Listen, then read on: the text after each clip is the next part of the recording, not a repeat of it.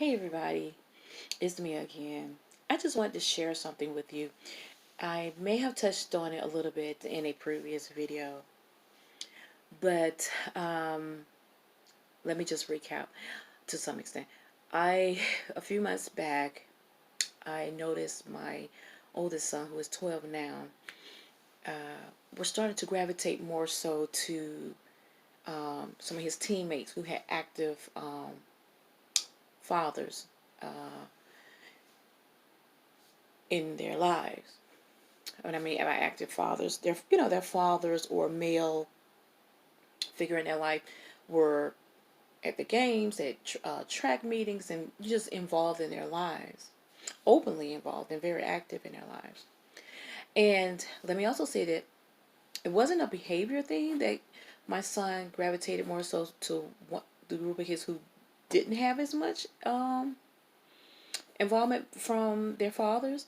It was just for something as a mother, I was like, there's something with that, because a couple of times, like, he's not really, certain children, your child, like, my child would play with this type of person, my child wouldn't play with this type of person.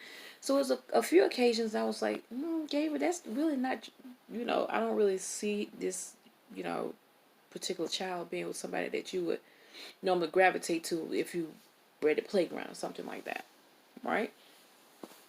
So I never said anything to my son. And then I, I'm a just a spiritual person. And it just dropped into my spirit. It was revealed to me. It was like he's missing his father. And I was like, there may be something there. And I remember I was at a event, like a silent auction for an organization in which my children participate in for grieving youth.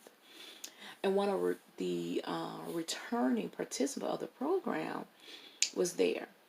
He had aged out the program. He was just coming back to volunteer and to show support. And I just happened to be sitting at his table.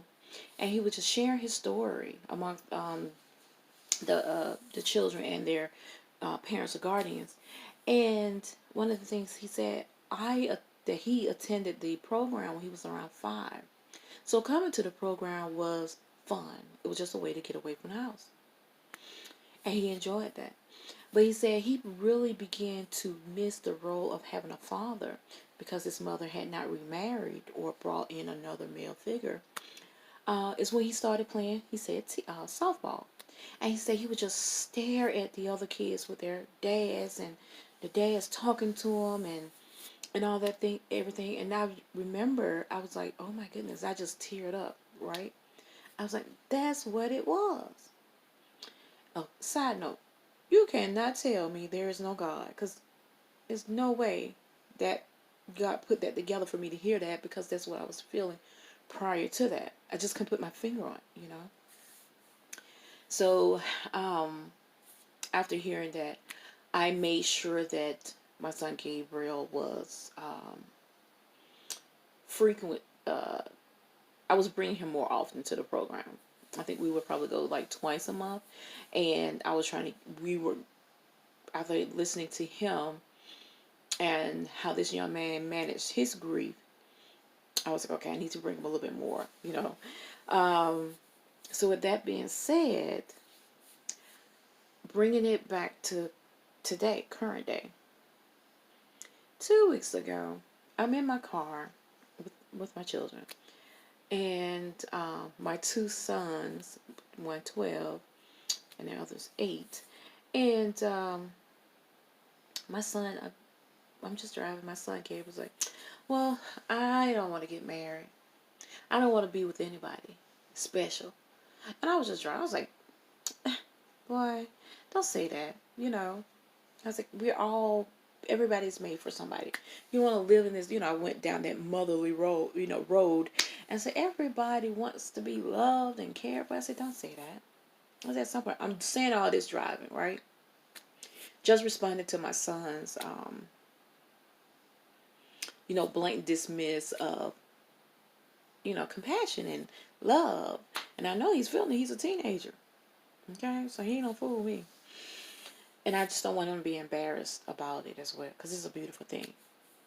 Then he comes back, "Ma, I'm serious. I don't." And he was so serious. I'm still driving there. He said, "Because at some point, they're going to leave me, and that's going to hurt me."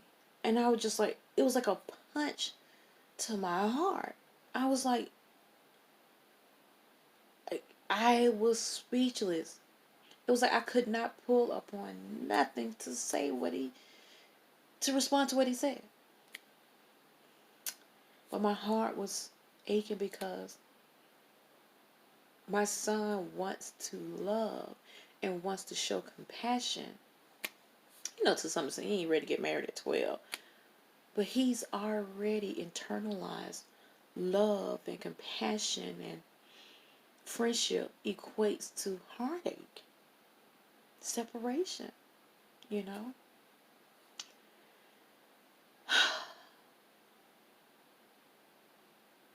And after we got home, then I never said anything else about it. I ain't gonna say never. I didn't say anything else about it till we got home after dinner. And I went upstairs and I prayed about it, meditating and things like that, just thinking to myself, so how do I combat this? I don't want my son afraid of commitment because of the possibility of heartache, because there ain't no way around that. So what I decided, I told my son, I told him how I felt about his father, how I know his father felt about me, and that I would not give up this experience for nothing. I even bypassed, like, oh, if I didn't meet your father, I wouldn't have had you. I was like, I didn't even go that route. I stayed with what he was afraid of, and that is the loss or separation of a loved one. I stayed on that and basically told him that, this life is a cycle. This is how this world is, the rules of this world in which we live. You're born, you live, and you must transition, And birth, life itself, and death are all three major beautiful moments in your life. Right? Birth, it can be painful. And highly physically painful, emotionally painful. And if you don't have the right insurance, financially too. Life is the same way. Death can be the same way. But at the end of birth, with all that pain and financial obligations over, even during that time, there's this great amount of joy and love that builds and grows, and it outgrows all that pain. Same thing with life. You're going to fall in and out of love, but all that love just continue to grow, grow, grow. Even within death, and when your loved one transition, there's all this pain and heartache and anger. So many emotions. I won't go, look at my other video. We'll talk about where I talk about the emotions of grief. Well documented emotions of grief. But anyway, death is the same thing. But after a while, once you put death where it belongs for you, it gets better. So I bring all this up to say, it's been 8 years for me. It has taken me a while to regain my joy, but I was intentional on it, and I have it back. So also give your children the same opportunity to regain their joy. Just be there with them, listening and watching them, observing them, and letting them find their joy. And be intentional on helping them. Let me get this door before they knock the door down.